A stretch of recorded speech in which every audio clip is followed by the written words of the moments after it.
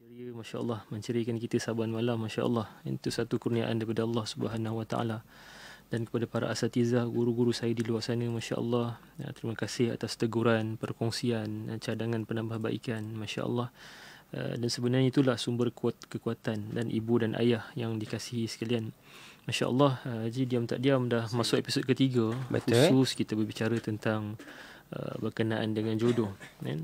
Sampai ada yang tanya, adakah sepanjang tahun ni memang jodoh sahaja sahaja, temanya, Masya ya Allah, Allah. untuk jodoh dari hati, Masya Allah, kan? Tapi kalau kita lihat apa yang minggu lepas saya dengar daripada Prof. Dr. Azia, Dr. Naim sendiri, Masya Allah, dia konsekuensi daripada tajuk perbicaraan tu kepada tajuk yang lain. Dan sebenarnya ia mudah-mudahan menjadi sebab menguatkan kefahaman, pemahaman. Ada golongan-golongan yang akan kita raikan dalam isu yang kita bincangkan dalam slot dari hati ini. Dan itulah antara perkara yang cuba kami usahakan. Mudah-mudahan kita tutup ke pertanyaan dengan jawapan, kan? Isu-isu berkaitan yang tak sempat untuk kita jawab dengan cara begini, ya, insya-Allah. Dan Masya Allah, Haji Faiz, para pendengar yang saya kasih sekalian, selepas 3 siri berkaitan dengan jodoh ini, Masya Allah, saya kalau pergi dekat luar sana, bertemu dalam kelas dan sebagainya, mendapat satu makluman yang sangat baik, khusus daripada para remaja kita sebenarnya, dan juga dia remaja dan juga rentua, mereka yang berusia, Masya Allah, tak sangka. Terima kasih atas sokongan-dukungan, dan mudah-mudahan sebarkanlah ilmu yang tuan-puan perolehi untuk kebaikan sebenarnya. Baik, untuk malam ini, Masya Allah, ada satu perkara yang saya nak kongsi dan sentuh, yang mudah-mudahan jadi sebab untuk kita sama-sama laksanakan usaha untuk kefahaman. Semalam pelbagai perkara berlaku, ada pelbagai tindakan yang sebenarnya tidak menepati syariat telah berlaku, satu perayaan yang tak sepatutnya kita rayakan sebagai seorang Muslim sebenarnya. Tapi tak mengapa, sebab dah berlaku dan terjadi. Tapi inilah persoalan yang perlu kita jawab, yang perlu kita raikan, persoalan-persoalan daripada remaja kita. Kenapa hari Valentine yang dipenuhi dengan kasih sayang tu tak boleh disambut, kan? Sedang kasih sayang pun, kan? Untuk bicara ke lebih dalam, saya yakin petang tadi pun guru saya Al-Fadhil Ustaz Zuramli dan juga Ustaz Jafri pun dah telah bercerita, kan? Cuma mari kita lihat dan nilai kenapa perkara ni begini saban tahun akan berlaku, kan? Akan occur, kan? Sebab apa? Baik, yang kami lihat dan nampak, kenapa Valentine ini wujud adalah disebabkan isu kasih sayang yang makin merosak di kalangan kita, ini konsekuensi daripada cinta adalah cinta tapi tak berdasarkan iman, maka ramai terperangkap dalam hari kasih sayang ni. Sebab semakin orang beriman, maka dia akan semakin dicintai walaupun tak dibalas oleh manusia. Itu kefahaman kita sebenarnya. Dan sekiranya terjerumusnya kita dalam maksiat, maka sebenarnya semakin kuranglah kecintaan. Sebagaimana seorang lelaki yang belum berkahwin dengan seorang wanita, dia dibawanya wanita tersebut, gadis tersebut pergi ke hulu ke hilir, naik motor berpegangan tangan, duduk dalam keadaan yang rapat, bagaikan pasangan suami isteri. Sedangkan perkara yang dilakukan adalah telah melanggar syariat, kan? Jadi adakah perbuatan tersebut akan menjerumuskan kepada neraka? Itu yang diinginkan, kan? Jadi dan adakah dengan kaedah yang dinamakan kasih sayang begini itu prasyarat bahagia, kan? Sedangkan dia akan menyebabkan mereka terjerumus ke lembah lebih hina, iaitu maksiat, kepada Allah Subhanahu Wa Taala. Justru suka untuk kita sama-sama lihat, kan, pesan firman Allah Subhanahu Wa Taala untuk ingatkan kita sebenarnya. Bismillahirrahmanirrahim. Wala taqrabu zina innahu kana fahishatan wa sa'a sabila. Dan janganlah kamu dekati zina, sesungguhnya zina itu adalah suatu perbuatan yang keji, dan suatu jalan yang buruk, dalam surah Al-Isra ayat 32. So ini gambaran kepada larangan untuk dekati, kan, apatah lagi melakukan. Justru tuan-tuan puan yang saya muliakan lagi saya kasih sekalian, saya mendapat pelbagai maklum balas Antara lain kenapa jodoh tak disambut, kan, tak diberikan perhatian, kan, menanti menunggu tapi tak ada pun permulaan, kan, tahu-tahu tergantung begitu saja. Jadi ini persoalan yang perlu kita raikan sebenarnya, kan, dalam kesibukan waktu dan masa untuk kita sama-sama lihat dan nilai. Ramai rupanya di luar sana yang berada dalam keadaan kekeliruan, mencari jalan untuk pulang, kan, untuk berada dalam keadaan kebenaran. Mudah-mudahan sebab perkongsian muhasabah kita untuk malam ini menjadi sebab dan Allah terima amal-amal kita, insya-Allah. Wallahu a'lam. Insya-Allah. Itu membuka tirai pertemuan kita dalam segmen Dari Hati pada minggu ini, dan saya nak ajak anda berinteraksi dengan apa jua cara. Ada beberapa lah, anda boleh kongsikan pandangan anda, komen anda, respon anda di Facebook kami bersiaran kita secara langsung. Terima kasih anda pun menonton di live Facebook IKIM FM sekarang ini, di Instagram kami ikim.my. Berkongsi soalan juga di sana, boleh kami raikan, dan juga WhatsApp kami 011290040004. Kita akan raikan selepas ini. Dengarkan Intim. Ini dia hashtag Surat Cinta. Hanya di IKIM Inspirasi Inforia Islami. Sungguh makna cintamu tiada penghujung. Suratmu kan ku baca selalu.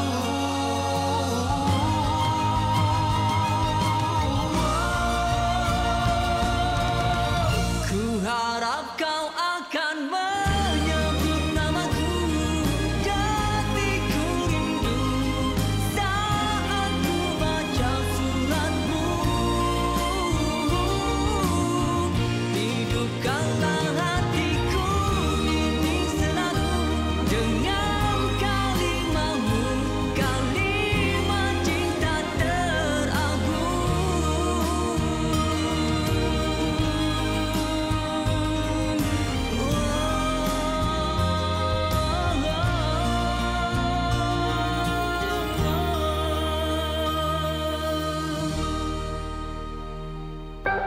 Wadah ilmu sepanjang hari. Berkongsi santapan sanubari. Pastinya hanya di IKIM. Inspirasi Inforia Islami.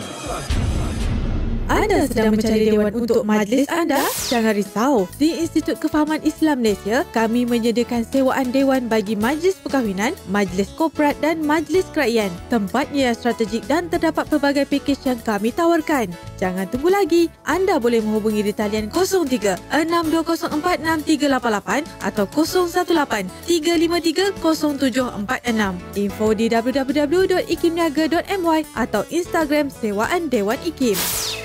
Kajian menunjukkan ramai rakyat Malaysia tiada kemahiran menguruskan kewangan sehingga gagal menikmati kehidupan yang terbaik selepas bersara. Jangan biarkan diri kita gagal merancang sehingga terpaksa bekerja di usia senja. Kita mampu untuk menikmati persaraan yang diimpikan ramai, berharta, berjaya dan sejahtera, dunia dan akhirat. Kuasai ilmu membina pelan persaraan Islami yang eksklusif bersama 3 pakar kewangan yang dibawakan khas untuk anda dalam bengkel Bersara Berharta dan Berjaya hanya di Institut Kefahaman Islam Malaysia IKIM pada 14 Mac 2019.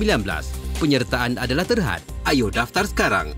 Untuk keterangan lanjut, layari www.ikim.gov.my atau hubungi 03 6204 6322 atau WhatsApp 010 249 7996.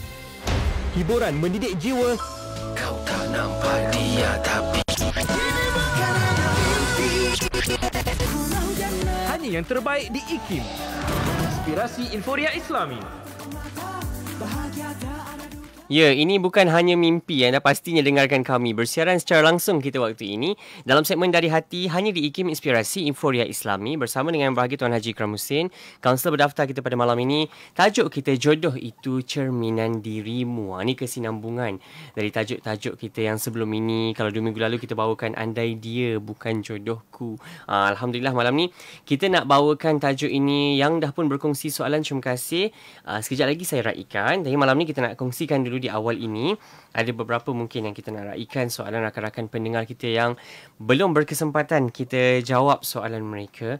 Ada yang bertanya pertama je kita boleh mulakan Ya, kata dia, saya seorang balu yang telah berkenalan dengan seorang pemuda yang jauh lebih muda, 15 tahun dari saya, dan kami telah merancang untuk berkahwin tetapi dihalang keluarga. Apakah yang perlu saya lakukan? Dan atas penilaian saya, dia seorang yang sangat bertanggungjawab dan matang. Soalannya. Bismillahirrahmanirrahim. Alhamdulillah wassalatu wassalamu ala Rasulillah. Allahumma salli ala sayyidina Muhammad wa ala sayyidina Muhammad. Terima kasih buat yang bertanya. Insya-Allah itu satu perjuangan yang perlu apapun dijadikan sebagai satu cabaran yang perlukan bantuan dan bimbingan. Sudah tentu orang paling dekat bila ada isu dengan ibu dan bapa berkaitan dengan tentang jodoh ini, pertama cari dulu restu mereka. Macam apa yang telah dilakukan oleh Puan Cik tadi, masya-Allah, itu satu benda yang bagus. Walaupun ada penolakan, sudah tentu perkara pertama yang perlu kita fikirkan, ada sebab kebaikan yang diinginkan oleh kedua ibu bapa mungkin ataupun ahli keluarga. Dan kemudian carilah mereka-mereka yang tiada kaitan ataupun dihormati oleh ibu dan ayah keluarga untuk mendapatkan pendapat dan bimbingan, sebagai sumber panduan sebenarnya untuk menjelaskan tentang keadaan. Masya-Allah, sekarang ni isu berkaitan dengan yang muda bertemu jodoh dengan yang berusia. Pada saya, masya-Allah, saya dah berjumpa ramai pasangan yang begitu, dan alhamdulillah kebanyakan yang saya temui apabila mereka faham tentang hala tuju pernikahan dan perkahwinan bukan didasari perkara-perkara faktor-faktor keduniaan, insya-Allah dia akan menjadi satu perkara yang membahagiakan. Dan sebab itulah saya katakan, kalau tuan-puan ada yang bertanya saya kenapa asyik-asyik ulang tentang ilmu, tapi dalam isu perkahwinan, bila berlakunya proses nak wa'uzubillah min zalik, perceraian dan sebagainya, atau perkara yang kami jadikan sebagai asas pertimbangan ataupun penelitian adalah tentang ibadah, pelaksanaan, kefahaman. Dan jadi bila asas ini tak selesai, masya-Allah, kebanyakannya akan berlakulah proses-proses begini. Wa'uzubillah min zalik. Dan seluruh perkara dalam kehidupan kita ini adalah ibadah. Jangan kita pandang sekadar solat, sekadar berpuasa, sedangkan kita lupa ibadah kita untuk bermuamalah dengan jiran misalnya, untuk meneruskan kehidupan bersama ibu dan ayah misalnya, kan. Jadi ini yang saya tekankan buat puan tadi, masya-Allah, jangan khawatir, apa sahaja yang Allah tentukan pasti akan ada kebaikan, mudah-mudahan, insya-Allah. Amin, insya-Allah. Juga soalan berikutnya, kata dia, makcik saya bercerai disebabkan oleh keluarga belah suami beliau. Kemudian anaknya belum lagi berkahwin, umur dah 33. Pernah ditanya kenapa belum berkahwin, kata makcik, kahwin bukan penyelesaian segala-galanya. Bagaimana ya kiranya pengalaman memberikan impak negatif terhadap perkahwinan? Masya-Allah. Bismillahirrahmanirrahim. Allahumma salli ala sayyidina Muhammad wa ala sayyidina Muhammad. Terima kasih. Ya, kadang-kadang ada insan yang terbawa isu orang lain dalam kehidupan dia, sehingga berlakulah kekhawatiran ataupun trauma dalam kehidupan, sehingga dia mengibaratkan apa sahaja yang berlaku pada orang lain tak mustahil untuk berlaku pada diri dia. Dan ini satu perkara yang saya katakan sebagai unnecessary, satu perkara yang tak perlu, bebanan yang tak perlu sebenarnya, dan kadang-kadang kita yang bawa perkara itu dalam kehidupan. Tapi yang paling mustahak, kenalkan pada ahli keluarga tadi, makcik tadi, tentang mereka-mereka yang berjaya dalam kehidupan, iaitu perkahwinan, tentang jodoh ini. Sebab bila kita terlalu lama berada dalam kelompok tertentu, macam ibarat kita lah, Haji, kalau bersama sahabat kita yang suka dengan minyak wangi, kita salam dia pun akan terbau minyak wangi tu. Betul. Ataupun kalau dia bawa makan kari lah yang akan melekat. Itu gambaran. So begitu juga dengan perhubungan. Kalau kita berada daripada kalangan mereka yang sentiasa cerita negativiti sebuah perhubungan, perkahwinan, pernikahan, maka itulah yang akan kita perolehi. Dia jadi mind mapping dalam diri, dalam akal fikiran. Betul. Jadi perlu keluar, perlu diceritakan, perlu dirasionalkan. Jadi dengan usaha bagaimana, tunjukkan. Tapi janganlah seolah-olah kita nak mengajar, mungkin sebab usianya telah berusia daripada kita, kan. Betul. Tapi dengan secara tak langsung sebenarnya. Ini sentuhan hati yang boleh dilakukan untuk kita berikan satu insight, insightful thought, satu pemikiran, gambaran bahawa tak semestinya satu perkara yang gagal itu adalah pengakhiran kepada kehidupan. Betul. Wallahu a'lam. InsyaAllah. Kadang-kadang kita terbawa-bawa kan Ji kan, dengan kisah-kisah negatif, sedangkan banyak lagi penceritaan positif, kejayaan dan sebagainya yang perlu kita highlight lagi insyaAllah. Okay, saya tambah sikit Sila je, Ji. kan. Kalau contohlah ada kita dekat medsos, media sosial, kita suka sangat baca isu berkaitan dengan kegagalan sebuah rumah tangga. Betul. Dia ibarat macam satu titik kecil masalah tu, orang lain punya masalah, kita letakkan pada hati kita. Kan, kita ambil pegang, kemudian kita tak debrief diri kita, ataupun kita tak lupakan, kita keluarkan, itu bukan masalah kita, tapi kita pegang, kalau suami aku begini atau isteri aku begini, begitu dan begini, mungkin akan jadi. Jadi bila pemikiran begini berlaku dan setiap hari pula kita baca, ikuti, kan, ditambahkan lagi dengan drama-drama yang bersifat begini, maka itulah yang kita pilih, the law of attraction, kan. Prof Moy selalu sebut, kan, apa yang kita fikir buruk, maka buruklah yang kita pilih. Tapi kalau kita melihat satu perkara yang disebut semua positif, Masya Allah, dia akan jadi satu perkara yang positif. Bercerita tentang positif ni, Masya Allah, saya 2-3 minggu ni saya berjumpa dengan beberapa orang yang bila saya tanya macam mana tuan kehilangan kaki dan juga tangan, boleh kata dalam satu program lah, saya tak boleh nak sebut apa, boleh kata saya bersyukur dengan nikmat ni. Dan dia seorang peniaga yang berjaya. Dia membesar dalam keadaan yang sihat, kemudian kemalangan dalam usia belasan tahun, kemudian beliau bekerja dan berniaga dalam keadaan kehilangan tangan dan juga kaki, silang, Masya Allah. Jadi perkara yang dia kata, satu perkara je dia kata, kan, positivity. Saya kata macam mana? Sebab memang saya hari-hari saya akan sebut benda yang sama. Tapi macam mana? Dia kata, saya hilang tangan, hilang kaki, tapi pada masa yang sama, saya tahu Tuhan beri itu bukan saja-saja, kan? Tapi untuk saya usaha, untuk melihat lebih dalam lagi. Jadi dia wujudkan syarikat, buat penubuhan, dan tak semudah itulah sebenarnya. Tapi saya suka perkataan positif tu, kan? Positif, cara pola fikir. Dan sebenarnya dalam konteks Islam, husnuzon sebenarnya, kan, dengan apa yang Allah kurnia, apa yang Allah bagi, the grade of gratitude, rasa kesyukuran, kehambaan kepada Tuhan. Jadi untuk melihat satu masalah, kita sebagai layman ni, orang biasa, Masya Allah, untuk melihat satu masalah sebagai satu cabaran yang boleh kita positifkan, inilah hakikat kehidupan yang perlu kita pelajari. Bagaimana kaedah untuk kita laksanakan, ya, Masya Allah. Dan ramai rupanya orang-orang yang mendapat satu ujian, cabaran, bila dia tukar dengan kaedah husnuzon tadi, sangka baik tadi dengan Tuhan, Masya Allah, rupanya dia akan mampu, kan, temui jalan. Satu contoh, kalau kita nampak seekor rusa lah, seekor rusa, di hadapan dia ada ribut peti, yang mana mungkin kalau dia pergi, dia akan disambar dengan peti. Kalau ke kiri, dia ada pemburu yang akan memanah sehingga boleh kena dia dan dia boleh mati. Di kanan dia pula ada singa yang menunggu untuk menerkam dia, dan di hadapan dia adalah laut yang begitu dalam, yang kita tahu rusa tersebut tak akan mampu lepasi, ya. Kalau kita sebagai seorang manusia biasa, agak-agak apa antara 4 pilihan ni, kat mana dia nak pergi sebagai seekor rusa?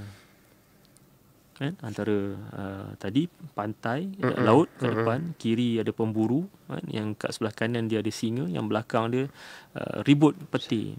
Agak-agak kat mana dia nak pergi? Adakah dia patut lari ke mana-mana hala? Ataupun kita fikir itu sudah waktu dia untuk tamat dari riwayat dia, duduk sebab je kat situ, keempat ancaman telah berlaku. Tapi boleh tak kalau kita fikir luar daripada kebiasaan, barangkali ribut tadi akan pergi selepas 3 saat. Barangkali ketika mana rusa ini tunduk dan panah itu dilepaskan oleh pemburu, terkena kepada singa untuk mati. Maksudnya, selagi mana ada usaha, keinginan untuk kita berjaya keluar daripada permasalahan, insya-Allah dia akan pergi, dia akan keluar. Persoalannya, kalau kita mati dalam berfikir, gagal untuk berusaha, tak ada rasa apa-apa, maka kita akan terus mati, ya? Jadi ini antara contoh untuk kita berhusnuzon dengan apa sahaja kurniaan daripada Allah Subhanahu Wa Taala. Wallahu a'lam. Saya terima kasih Haji. InsyaAllah kita nak terus raikan soalan-soalan anda, rakan-rakan pendengar kita pada malam ini. Sebelum nanti kita akan selang-selilah kot insyaAllah. Ada ruang waktu kita bawakan yang minggu lalu. Kalau ada kesempatan dan soalan pun lebih kurang, insyaAllah kita raikan. Dan sekarang ni saya nak bacakan sedikit persoalan daripada rakan kita di Facebook Live kita pada malam ini. Terima kasih kepada semua yang dah pun menonton.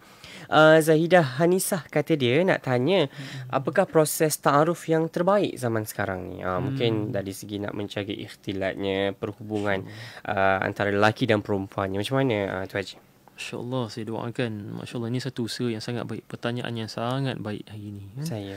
Masya-Allah, hari ini kaedah macam-macam. Kan? Sudah tentu kalau tuan, puan, cik memiliki ibu dan ayah, itu adalah satu sumber yang sangat rapat dan akrab untuk kita percayai. Kan? Ataupun barangkali kalau sekarang ni adik-adik kita yang di universiti misalnya, kan? Ingat, lepas tu saya kata, kalau kita berguru, maknanya kita dah ada satu peluang yang sangat baik, merapati, bersyuhbah dengan para alim ulama, maka boleh jadikan mereka sebagai orang tengah untuk memilihkan kita. Dan mereka-mereka yang guru-guru kita ini bukan pilih saja tunjuk sembarang-sembarang, bukan macam pilih baju ni. Bukan macam tu, tapi mereka dengan solat taubatnya, solat hajatnya, istiqarahnya untuk kita. Dan sebab itulah kena bersyuhbah dengan para alim ulama. Ini antara pilihan-pilihan yang baik. Dan Masya Allah, saya kata begini sebab ramai sebenarnya sahabat-sahabat saya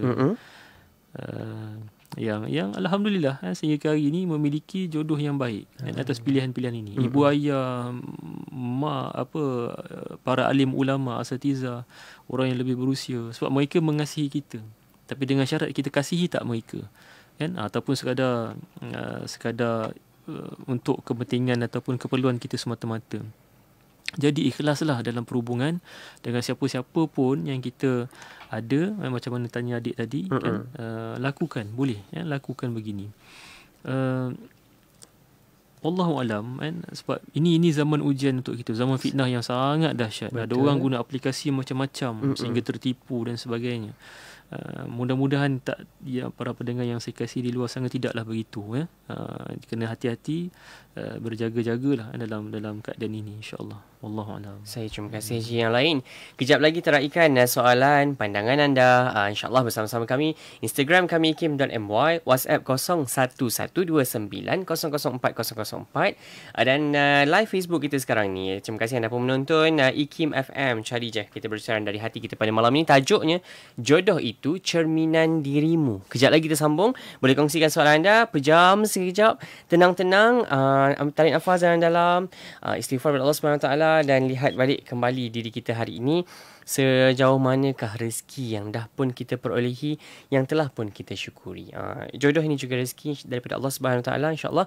Yang dah pun berjodoh, alhamdulillah syukur. Yang belum lagi, macam Haji sebut tadi, selagi ada ruang usaha sebaiknya, insya-Allah. Jangan ke mana-mana, kembali selepas ini The Prism, ini dia Pejam. Dengarkan Ikim, inspirasi info. Setiap pembawaan diri manusia itu lain-lain. Ya, ada orang yang mungkin marahnya lebih, ada orang yang mungkin takutnya lebih. Masing-masing itu dia ada komposisi yang lain-lain yang membentuk diri. Jadi dia memang kena kenal betul dirinya itu.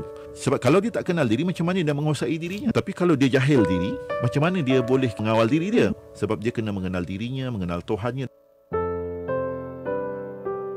Hai, Assalamualaikum. Saya Nur Hidayati. Saya merupakan pengasas kepada syarikat Last Air Marketing Sdn Bhd atau dikenali sebagai Last Susu Kambing. Sejak beriklan dengan Ikim, sangat-sangat mengubah bisnes saya. Bisnes saya sangat berkembang sehingga satu Malaysia. Assalamualaikum. Saya Muhammad Khairi, pengasas kepada produk Marvel Care. Sejak saya mengiklankan produk saya di Ikim, saya telah mendapat sambutan yang sangat-sangat menggalakkan dan produk saya semakin dikenali ramai di dalam dan di luar negara. Terima kasih kepada Ikim.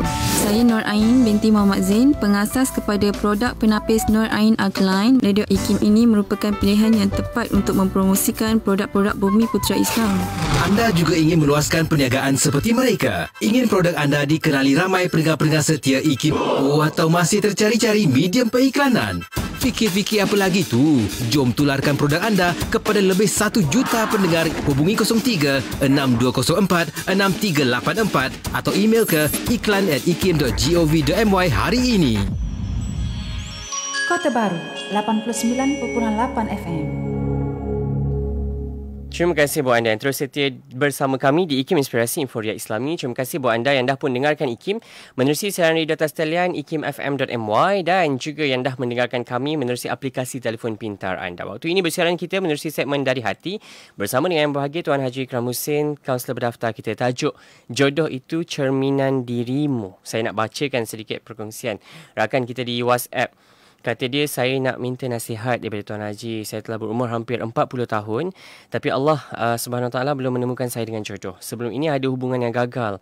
Tapi saya redha kerana semua kegagalan itu saya alami setelah melakukan solat istikharah kepada Allah. Dan saya terima pasti ada hikmahnya. Sekarang saya lebih tenang dengan cuba dekatkan diri kepada Allah SWT dengan menghadiri kelas agama dan majlis ilmu. Walaupun saya masih solo. Cuma ada kala saya sedih bila dipersendakan oleh kawan-kawan. Hingga kini saya tak putus berdoa dan mendidik hati bersangka baik kepada Allah Subhanahu Wa Taala. Bismillahirrahmanirrahim. Allahumma salli ala sayyidina Muhammad wa ala sayyidina Muhammad. Terima kasih buat yang bertanya.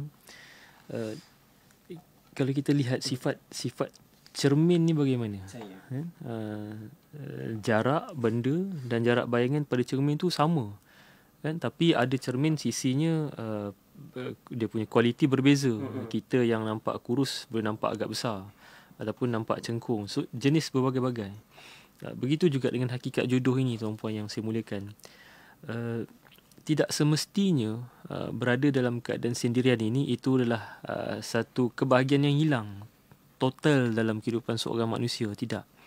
Tetapi sebenarnya yang perlu kita fahami, apa sebenarnya yang sedang Allah aturkan, tunjukkan, kualiti apa yang sebenarnya Allah nak daripada kita yang diuji dalam keadaan keberadaan tiada pasangan ini. Kan? Itu paling utama dan dijadikan bahan. Kan? Itu satu kesalahan oleh mereka, kan? Kawan dan mereka yang lakukan. Tapi sebagai seorang manusia yang biasa, untuk kita melihat dan menilai bahawa ketentuan daripada Allah Subhanahu Wa Taala ini sifatnya unik. Yang sukar untuk kita gambarkan dengan hati kita sendiri pun, kan? Hati siapa yang tak terasa kan, bila diherdik, dikata macam-macam tentang jodoh, dijadikan bahan sindiran, dipadan-padankan, kan biasa kan? Dipadan-padankan. Sebab hakikatnya dia adalah manusia, kan? Tapi yang paling perlu kita perhatikan, rasionalkan dalam kehidupan. Rasional ni untuk kita fikir luar daripada keadaan apa yang kita rasa, bahawa apa saja yang Allah berikan, hakikatnya ada bahagia lain yang perlu kita lihat, yang sebenarnya ada dalam genggaman kita tapi barangkali tidak kita rasa. Barangkali khidmat untuk ibu dan bunda, ayah dan ibu kita misalnya, kan? Ataupun untuk kita keluar mencari satu pengalaman baru daripada hasil penakulan kita tentang alam ini, kan? Dengan melancong misalnya, kan? Melalui masya-Allah tadi cerita tentang majlis ilmu, dan itu barangkali yang Allah nak daripada saudari, kan? Untuk tambahkan kefahaman tentang ilmu. Sebab hari ini kita diuji dengan pelbagai perkara, kan? Dan Allah tahu apa yang kita perlu. Sebab kita ni banyak yang mahunya, kemahuan kita ni sangat banyak. Jadi Allah bagi dulu. Mungkin belum ini waktunya untuk kita bertemu dengan seseorang untuk membimbing kita dalam keadaan kehidupan berumah tangga. Dan wallahu a'lam. Terima kasih banyak Haji, dan insyaAllah kita terus raikan saja rakan kita. Saya ada kenal seorang lelaki ni, dia ada luahkan untuk jadikan saya isteri, tapi ibu bapa saya tak setuju jika berkahwin dengannya sebab dia merokok. Menurutnya susah orang yang merokok ni, payah nak berhenti. Tak ada kesedaran nak berhenti hanya kerana saya atau sebab orang tak suka. Nanti dapat sakit dari kesan merokok. Sebelum ni sebab tak tahu lama mana dah dia merokok. Jangan bawalah sikap macam tu masuk dalam keluarga kita, insyaAllah nanti ada lagi yang terbaik lepas ni. Apa yang perlu saya lakukan? Soalan dia. Bismillahirrahmanirrahim. Allahumma salli ala sayyidina Muhammad wa ala sayyidina Muhammad. Ya, ini yang biasa berlaku. Kita kadang-kadang salah letakkan cinta. Dan ada ahli hikmah berpesan, cintailah sesiapa pun yang mencintai kita, bukan orang yang kita cintai. Masya Allah, sekiranya itu yang dikatakan oleh yang bertanya tadi, kan, faktor rokok tadi, kan, sebagai satu kayu ukur, mungkin itu dijadikan sebagai mahar kepada sebuah mahar ni. Janganlah pula kita ambil dari sudut qati'inya, maksud saya adalah contoh kan, satu perkara yang perlu dikorbankan untuk sebuah kehidupan berpasangan, perkahwinan, iaitu keluar daripada zaman untuk merokok, misalnya. Masya-Allah, itu usaha yang sangat baik juga, tak salah.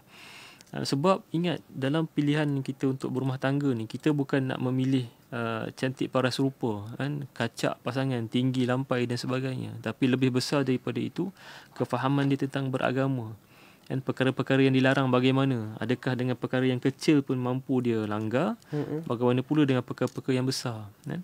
Ini satu perkara yang masya-Allah perlu kita jadikan sebagai panduan dalam kehidupan. Dan tak kurang juga, dan ada mereka yang menjadikan cinta itulah sebagai faktor kesetiaan, kebahagiaan, walaupun pada masa yang sama melanggar tata susila norma hidup bermasyarakat, ataupun dosa dan maksiat dilakukan tanpa rasa segan dan malu. Tapi adakah ini yang nak kita bina hasil daripada sebuah perkahwinan, dan apa yang kita nak harapkan sebenarnya daripada dosa dan kesalahan kepada Tuhan? Dan justru masya-Allah,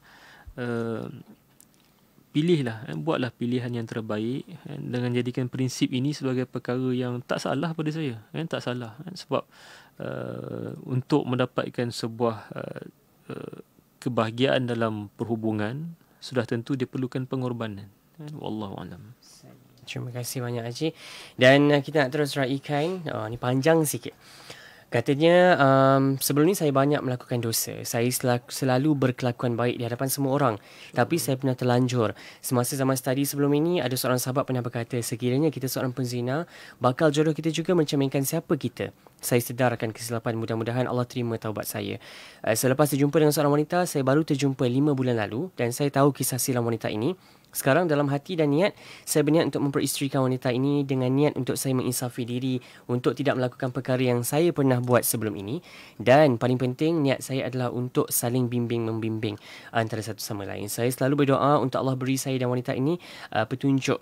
Walaupun niat saya kerana Allah dan untuk membetulkan diri, tetapi kedua ibu bapa saya tidak bersetuju untuk saya berkahwin dengan wanita ini. Mohon Tuan Haji bantu dan beri nasihat apa yang perlu saya lakukan. Bismillahirrahmanirrahim. Allahumma salli ala sayyidina Muhammad wa ala sayyidina Muhammad. Masya-Allah, sifir dalam bercinta ni mudahnya begini. Pertama, kita cintai Allah. Yang kedua, cintai diri sendiri. Dan yang ketiga, barulah untuk kita cinta orang lain. Itu. Bila cerita tentang orang yang baik, wanita yang baik untuk lelaki yang baik, masya-Allah, dan begitulah sebaliknya. Sebab itulah sebagai wanita, carilah lelaki yang baik sebagai pasangan hidup dengan wanita yang baik. Dan selalu orang akan tanya, macam mana nak dapat pasangan baik sedangkan saya tak berapa baik. Pada saya, kita lakukan kebaikan. Kita laksanakan kebaikan. Sebab kebaikan akan menarik kebaikan, sebagaimana kejahatan akan menarik kejahatan. Masya-Allah. Itu satu perkara yang boleh dilaksanakan. Dan bagaimana pula yang kita tahu bahawa bakal pasangan kita itu juga bukanlah seorang yang ada isu dalam kehidupannya, dan bagaimana untuk kita teruskan kehidupan. Dan kita pun ada isu dan dia pun ada isu. Maksud saya, isu dalam kehidupan barangkali dengan jalur-jalur hitam yang pernah mereka lalui bersama ataupun terasing. Tapi masya-Allah, atas kesedaran untuk memulihkan, membimbing, masya-Allah, ini satu usaha yang sangat baik, dan satu perjuangan yang sangat besar. Maka bila berhadapan dengan isu begini, maafkan dia, sebab ketika mana kita maafkan dia, kita sedang memaafkan kita. Dan adakah salah ibu dan ayah kita untuk meletakkan satu batu pemisah antara keinginan begini? Kan? Secara kita kena terima secara realistik. Secara realitinya benar apa yang ibu ayah lakukan tadi. Tetapi tugas kita pula lah sebagai orang yang faham tentang apa yang sedang berlaku dan keinginan ini untuk memahamkan kedua-duanya, ibu ayah kita, dengan penuh hikmah, kefahaman yang sangat jelas, bahawa ada sesuatu yang nak dilakukan. Tetapi jikalah sampai satu tahap, sebab setiap perkara ni ada limitasi, tuan-tuan puan yang saya muliakan, dia ada limitasi. Sekiranya sampai satu limitasi, mengalah itu lebih menyelamatkan, maka lakukan. Tapi dengan sebelum itu kena usaha dengan kesungguhan untuk memahamkan. Sebab itulah kan, untuk mungkin saya tambah sedikit para pendengar yang saya kasih sekalian.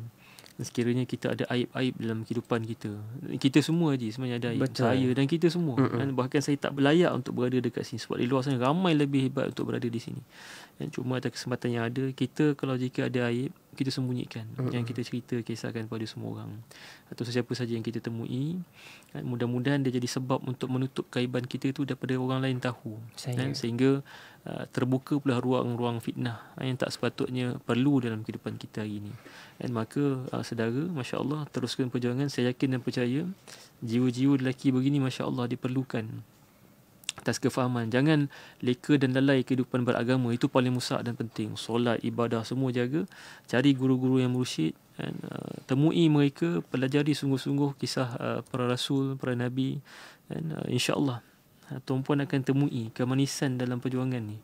Dan orang lain dia ada dia punya gelanggang dia. Kan? Ingat, saya selalu kata orang lain ada gelanggang dia, perjuangan, dakwah dan sebagainya. Kita barangkali Allah tetapkan begini. Itu gelanggang kita. Yang mungkin pahalanya lebih besar. Sama barangkali taranya dengan mereka yang gelanggang yang lain, insya-Allah. Wallahualam. Saya terima kasih banyak Haji atas respon. Buat rakan-rakan kita yang bertanya, anda boleh terus berinteraksi bersama kami. Live Facebook kita bersiaran waktu ini di IKIM FM, juga interaksi di WhatsApp 01129004 Nak berhibur sekarang ni bersama dengan abang-abang Saujana. Tapi waktu tu adik lagi lah kan. Okey, bersama dengan mereka Saujana, Suci Sekeping Hati. Teruskan setia bersama kami, IKIM Inspirasi Inforia Islami. Dari hati kita bicarakan selepas ini, jodoh itu cerminan dirimu. Terus setia.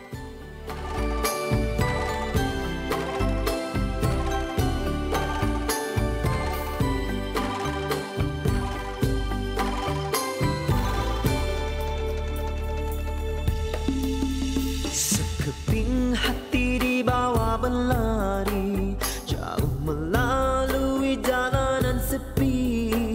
Jalan kebenaran indah terbentang di depan matamu para pejuang. Sekeping hati dibawa berlari, jauh melalui jalanan sepi.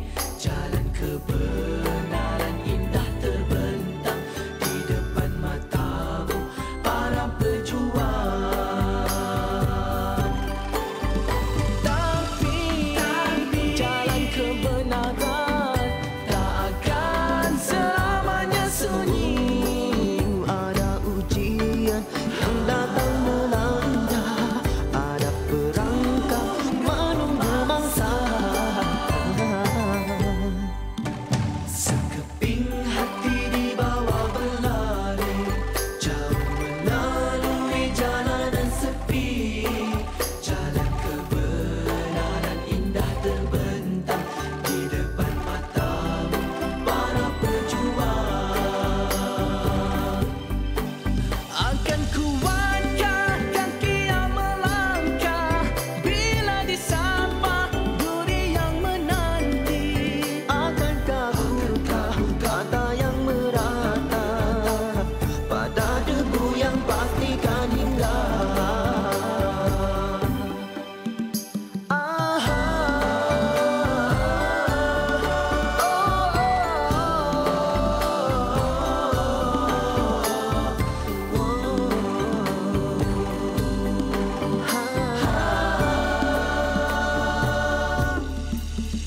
Mengharap senang dalam berjuang, bagai merindu rembulan di tengah siang. Jalannya tak seindah sentuhan mata, pangkalnya jauh, hujungnya belum tiba. Tapi jalan kebenaran tak akan selamanya sunyi. Ada ujian yang datang melanda, ada perangkap menunggu mangsa. Ada ujian yang datang melanda, ada perangkap menunggu mangsa.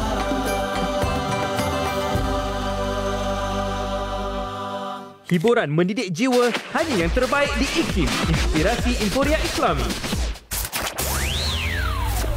Apa cerita warna pagi Dengarkan.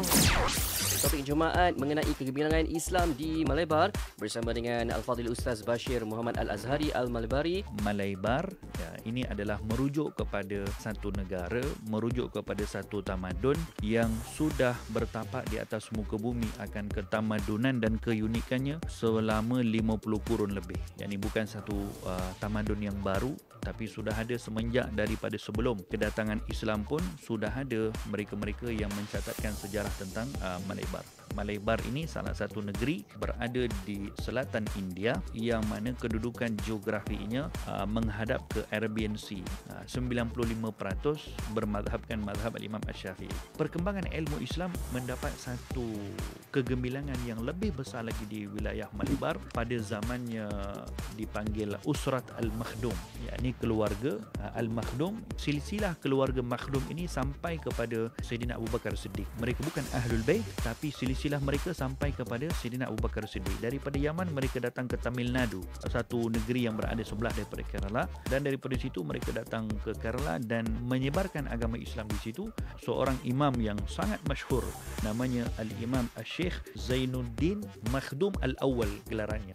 Dan inilah sebab kenapa wilayah Kerala ini atau Malabar satu-satu negeri di India yang bermadhabkan madhab Syafi'i, kerana ulama-ulama tempatan waktu itu mereka keluar ke negeri lain untuk belajar dan mereka berguru dengan para imam-imam besar dalam madhab Syafi'i dan membawa, of course lah, kalau belajar dengan para ulama Syafi'i mereka juga akan membawa pulang kesannya tu. Jadi keluarga Usratul Makhdum ini menjadi keluarga yang perintis pertama sekali kepada kegemilangan bertapanya ilmu. Banyak lagi yang menarik dalam Warna Pagi Isnin hingga Jumaat 6 hingga 10 pagi di IKIM Inspirasi Inforia Islami.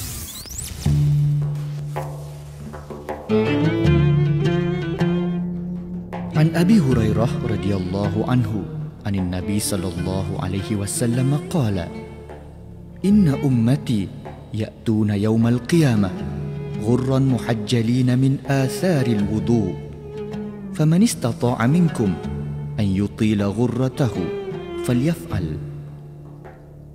Daripada Abu Hurairah radhiyallahu anhu, Nabi sallallahu alaihi wasallam bersabda, sesungguhnya umatku datang pada hari kiamat dalam keadaan bersinar-sinar daripada kesan wuduk. Sesiapa yang berupaya untuk melebihkan basuhan wuduknya, maka lakukanlah. Riwayat Al-Bukhari dan Muslim. Ilahi lastu lil firdausi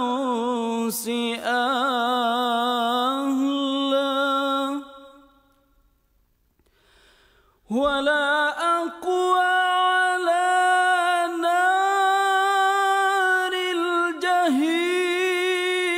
الجحيم فهب لي توبة واغفر ذنوبي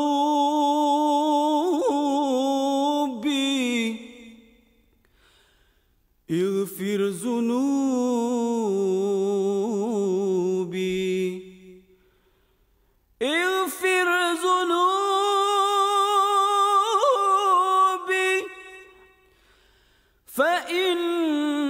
فإنك غافر الذنب العظيم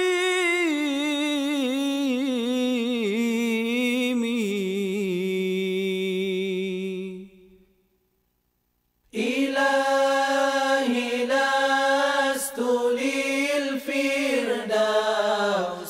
أعلى ولا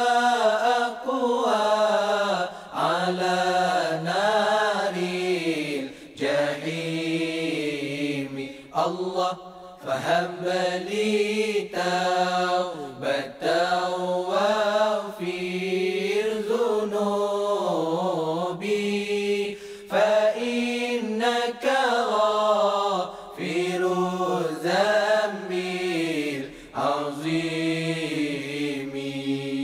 Tuhanku, aku tidak layak untuk syurgamu, tidak pula sanggup menanggung siksa nerakamu. Dari itu kurniakanlah ampunan kepadaku, ampunkanlah dosaku. Sesungguhnya Engkaulah pengampun dosa-dosa besar. 89.5 FM di Melaka.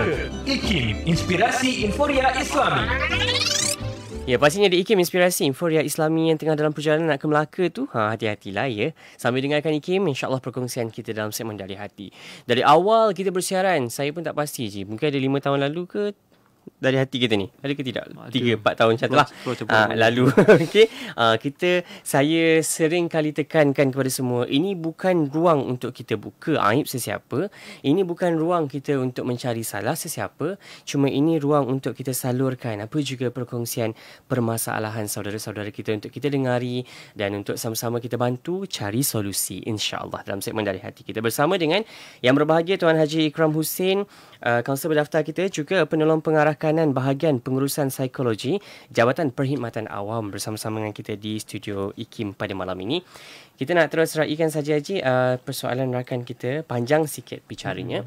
Kata dia, saya wanita bujang 42 tahun. Saya biasa dengar tentang apabila umur dah 40, jangan kejar apa yang belum didapati. Saya juga dah reda untuk tidak terlalu menantikan sesuatu yang tak pasti.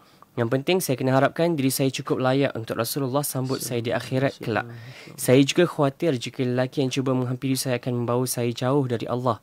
Ketika ini, saya cuba untuk sedaya upaya perbaiki diri saya serta berkhidmat pada ibu bapa. Kebetulan sepanjang pengalaman saya berkenal dengan lelaki, kebanyakannya memiliki kecenderungan membawa masalah kepada masa akan datang. Contohnya, enggan belajar mengaji, tak mahu perbaiki solat, tak rasa perlu bekerja, cuba ambil kesempatan. Kebanyakan ciri-ciri ini telah saya saksikan pada wanita-wanita yang saya kenal, sedang bergelut menghadapi masalah yang tiada kesudahan. Saya juga khawatir saya akan dapat banyak penderitaan jika sanggup memegang title isteri kepada lelaki yang menjadi punca saya ke neraka. Saya sedar persepsi ini salah, tapi saya sudah tak jumpa lelaki yang punya kualiti untuk hidup bersama saya pada sisa-sisa umur seperti ini, terutamanya akhirat oriented. Mohon panduan. Itu dia rakan kita yang minta pandangan. Silakan Haji. Bismillahirrahmanirrahim. Alhamdulillah. Wassalatu wassalamu ala Rasulillah. Allahumma salli ala sayyidina Muhammad wa ala sayyidina Muhammad. Terima kasih buat yang bertanya. Masya Allah, sebenarnya dalam panjang itu banyak selaan dan juga prinsip dan juga jawapan yang ada. Cuma mungkin saya ulas sedikit. Ya, kita sebagai seorang hamba kepada Allah Subhanahu Wa Taala, kita kena harapkan jodoh tu yang terbaik. Dan sekali lagi saya katakan, sekiranya ada 10 perkara ciri ataupun yang kita inginkan daripada pasangan kita, dan adakah kita telah pun memiliki 10 ciri tersebut kan, untuk melengkapkan dia, ataupun kita kekurangan satu kan, dan dia lebih daripada 10 pula, adakah dikatakan kita layak untuk terima dia dalam kehidupan kita? Itu persoalan yang perlu kita fikir. Maksudnya kekurangan dan kesempurnaan itu berlaku bila wujudnya pertemuan. Dan macam mana yang saudara dikatakan tadi, Masya Allah, dia pada saya tak ada isu. Bila usia bagaimanapun yang Allah takdirkan bertemu atau tidak bertemu dengan jodoh dan sebagainya, yang paling mustahak apa pengisian dalam kehidupan kita yang berbaki itu. Apakah kita nak habiskan sekadar untuk mencari jodoh semata-mata, kan, ataupun ada perkara-perkara lain yang boleh kita lakukan untuk memenuhkan ruang untuk kita memiliki pahala, kan? Sebab kehidupan kita ni perjuangan, tuan-tuan dan puan, kan? Kita adalah hamba kepada Allah Subhanahu Wa Taala yang skripnya bukan atas tulisan kita, keinginan kita. 5 tahun begini, 10 tahun begini, 40 tahun umur kita begini yang kita nak dan mahukan, tetapi Allah tetapkan. Dan kita, tugas kita adalah untuk mencari hikmah dalam setiap kejadian. Masya Allah, bila dikatakan begitu dalam pertanyaan tadi, Masya Allah, terkandung dengan jawapan keinginan, prinsip untuk berbakti kepada ibu dan ayah. Masya Allah, ini perkara-perkara yang boleh kita fikirkan. Contohlah, kita ada 5 adik-beradik. Ada yang berjaya dalam pelajaran, ada yang berjaya dalam kehidupan, berniaga, memiliki material yang banyak dan sebagainya. Ada juga yang barangkali kekurangan. Tapi dengan kekurangan yang ada pada adik-beradik kita ni tadi, salah seorang mungkin, apakah kita lihat itu sebagai sumber kegagalan semata-mata?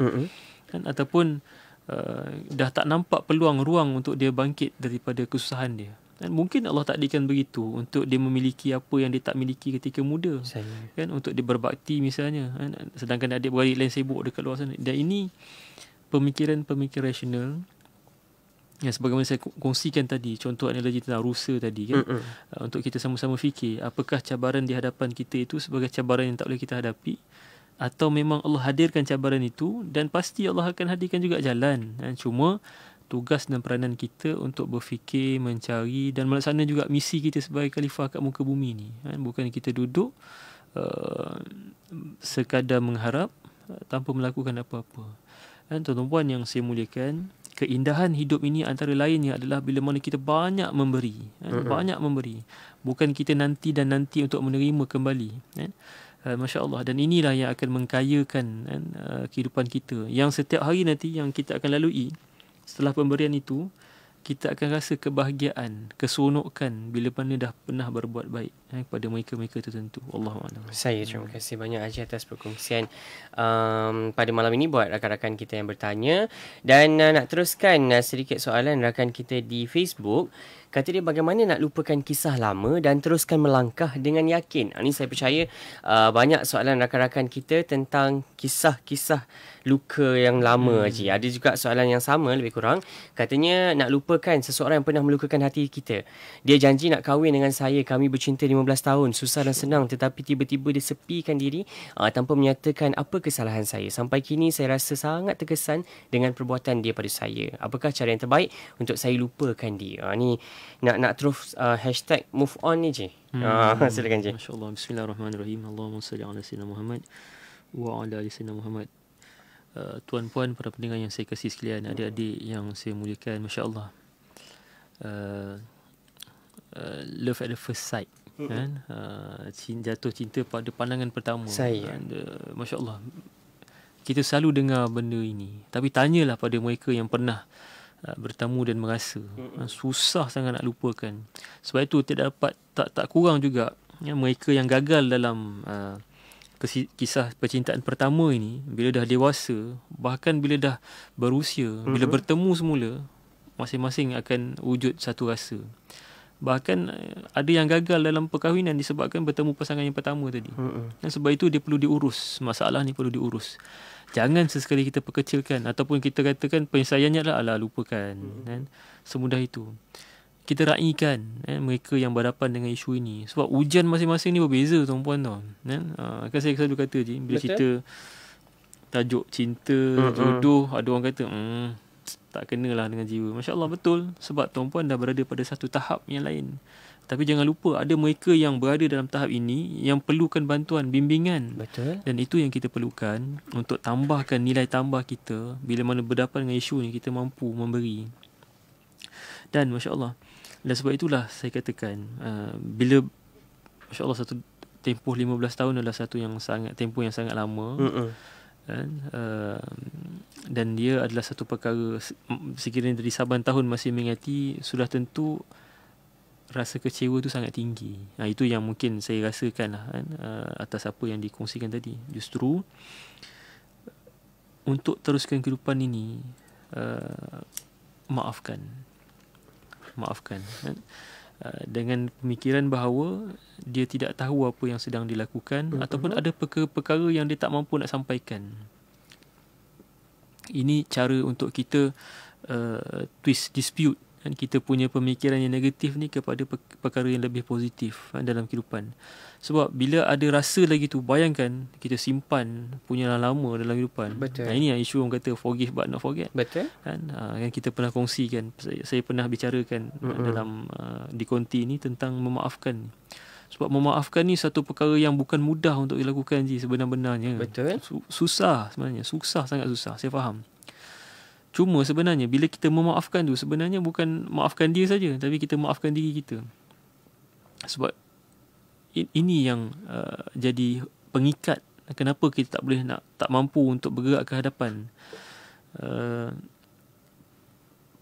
Pertama, abaikan perasaan. Bila timbul rasa teringat, lakukan sesuatu. Ambil wuduk, solat, kan?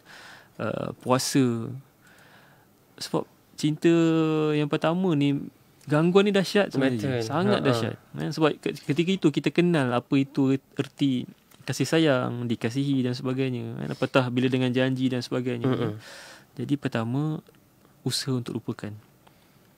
Kedua, kita usaha untuk seimbangkan kehidupan, ataupun perbetulkan. Macam kita buat alignment kereta kan, penjajaran kereta tu, kita kena buat. Kalau dah sengit sikit, kita kena buat. Begitu juga dengan kehidupan bila dapat dengan isu ni. Macam mana? Mungkin dengan menyibukkan diri yang perkara berfaedah, majlis-majlis pengajian. Saya lihat bila saya kata majlis pengajian ni, dia sangat membantu sebenarnya. Kita belajar akidah, belajar fiqah, belajar tasawuf. Fiqah kita akan belajar bagaimana proses untuk memahamkan, memikirkan perkara-perkara yang tak sepatutnya kita fikir, yang melanggar syariat. Kat situ kita akan menguatkan kefahaman kita. Tauhid kita belajar untuk kefahaman bahawa segala masalah apa saja yang Allah kurniakan itu hak daripada Allah Subhanahu Wa Taala. Dan bila kita belajar tentang tasawuf, kita akan berusaha untuk melupakan. Ada proses tazkiyatun nafs, pembersihan jiwa daripada perasaan marah, dendam, benci dan sebagainya. Dan mungkin saya ambil masa yang panjang bila menjawab kepada persoalan ini, bantu bimbing persoalan ini, sebab saya faham. Sebab kadang-kadang klien ada yang kadang-kadang dalam isu keadaan begini kan. Cinta pandang pertama, raikanlah dengan memaafkan. Carilah jalan-jalan kebaikan pada diri sendiri dahulu kan? Sebab bila kita tak maafkan dia, sebenarnya kita tak maafkan diri kita kan? Dan kita rasa bahawa kita menjadi punca atau sebahagian daripada punca dengan meletakkan kesalahan kepada dia kan? Sedangkan Allah sedang memberi sesuatu untuk kita tahu. Wallahualam. Saya terima kasih banyak Haji. InsyaAllah semoga dapat bantu kawan-kawan saya pada malam ini. Saya percaya macam Haji sebut tadi, cinta pandang pertama tu sukar nak dibendung perasaannya. InsyaAllah semoga dapat kita move on, teruskan melangkah untuk kita lalui kehidupan kita mendatang. Okey. Dan kepada anda, kejap lagi kita nak raikan lagi persoalan rakan-rakan kita Facebook kami IKIM FM, bersiaran secara langsung kita pada malam ini. Terima kasih banyak. Juga di WhatsApp 011290040004. Ini dialah Ahmad kehadiranmu. Jangan ke mana-mana, terus setia IKIM, inspirasi Inforia Islami.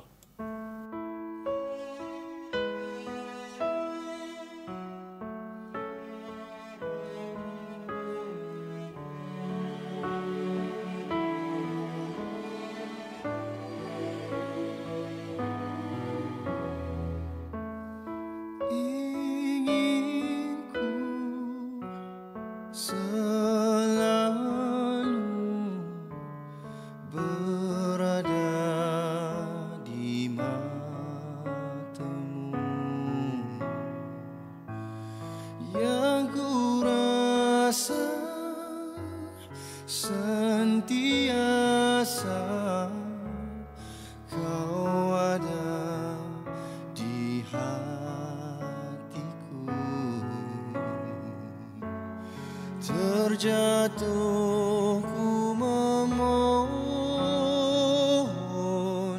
pada Yang Esa yang Maha Berkuasa,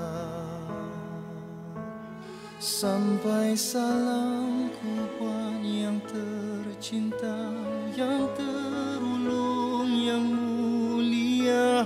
Bulan pun menunggu kehadiranmu. Mungkin tak dapat ku melihatmu, belum masa untuk kita bertemu. Sungguh yang ku rasa kehadiranmu, sungguh yang terindah langit dan purnama, bagai malam yang hadir mengalukanmu. Cinta yang terindah gemerlaplah sudah, sungguh yang ku rasa kehadiranmu.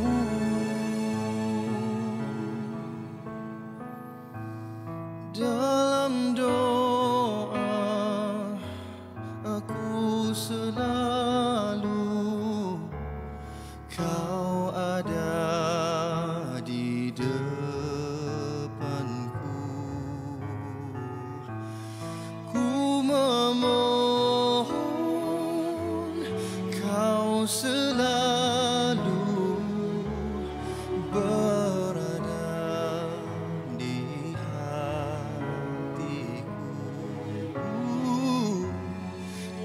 jatuh ku memohon pada Yang Esa.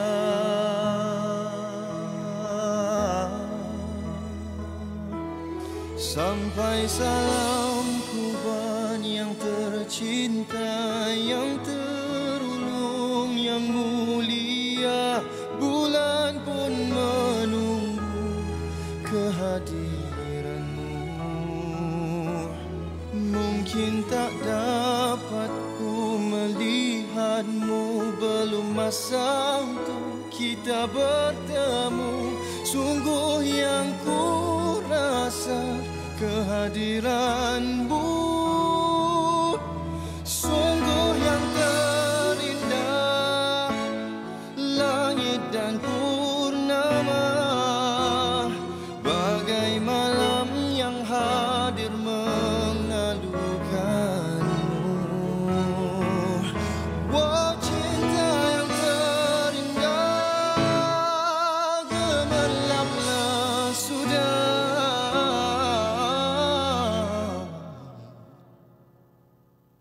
Sungguh yang ku rasa kehadiranmu, sungguh yang terindah kehadiranmu.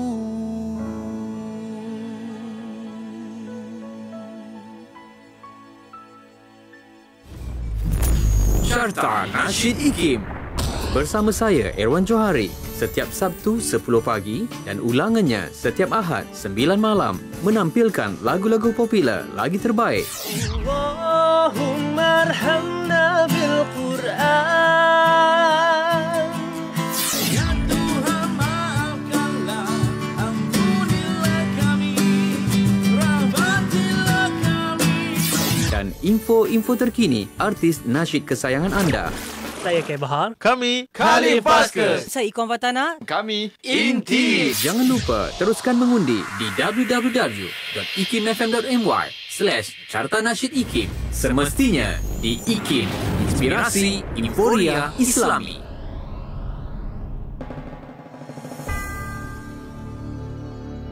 Apakah kita ummah yang hanya mampu disatukan dengan kemusnahan, atau apabila agama dipersendahkan? Sesudah dimangsakan di hujung senjata, nyawa direntap rakus bencana, dan musuh tanpa jemu menduga tawakal iman. Masih leka dengan tamasya, bertelingkah sesama saudara tanpa bertemu noktah persamaannya. Semakin renggang ikatan tali ukhuwah, hingga sanggup menggadaikan maruah. Lalu kita menjadi buih di lautan, saujana pandangan, tapi sedetik hilang disapu gelombang. Rabb, terbukti hanya hikmah bencana, ummah akan kembali bersatu, mengangkat harakah jihad, mengalahkan kesombongan musuhmu. Sajak itu tadi bertajuk Hikmah Bencana, hasil nukilan Ahmad Syukri Abdullah. Sentiasa bersama berkongsi info terkini. Pastinya di IKIM, Inspirasi Inforia Islami. Semestinya bersama kami di IKIM, Inspirasi Inforia Islami. Bicara kita masih lagi dalam segmen Dari Hati. Jodoh itu cerminan dirimu. Bersama dengan yang berbahagia Tuan Haji Ikram Hussein, kaunselor berdaftar kita pada malam ini. Saya nak terus bicara tentang soalan rakan-rakan kita ni. Rakan saya bertanya, Ustaz, saya wanita berumur 27 tahun dan seumur hidup tak pernah bercinta dan tak berkawan dengan lelaki kerana sangat malu dan untuk menjaga hati serta mengikut ajaran Islam. Pernah saya suarakan kepada parents untuk dicarikan calon, tapi mereka suruh cari sendiri, memandangkan adik-beradik yang lain semua tak pernah dicarikan. Saya tak ada usaha lain, hanya berdoa sahaja yang boleh. Kalau ada, kalau tak ada saya redha. Apakah ada cara lain yang boleh saya lakukan? Itu dia je. InsyaAllah. Bismillahirrahmanirrahim. Allahumma salli ala sayyidina Muhammad wa ala sayyidina Muhammad. Terima kasih buat yang bertanya. Masya Allah. Saya sebenarnya bila dengar beberapa soalan malam ini, Masya Allah, dia timbulkan satu rasa bahawa pendengar kita ni Masya Allah sangat matang kan, dalam usia yang muda, faham membezakan antara ikhtilat dan keperluan dan kehendak dan juga keredaan daripada Allah kan. Mencari, tapi Masya Allah dia mengutamakan syariat yang lebih hakiki kan. Itu satu perkara yang sangat membanggakan kan, di kalangan tuan puan, Masya Allah. Cuma bila berkaitan dengan persoalan tadi, mari kita lihat Masya Allah, ungkapan aku cinta kamu kerana perlukan kamu dengan aku perlukan kamu kerana aku mencintai kamu. Ada beza tak? Ungkapan kedua tu kalau kita dengar, dia lebih murni, lebih ikhlas. Aku perlukan kamu kerana aku mencintaimu.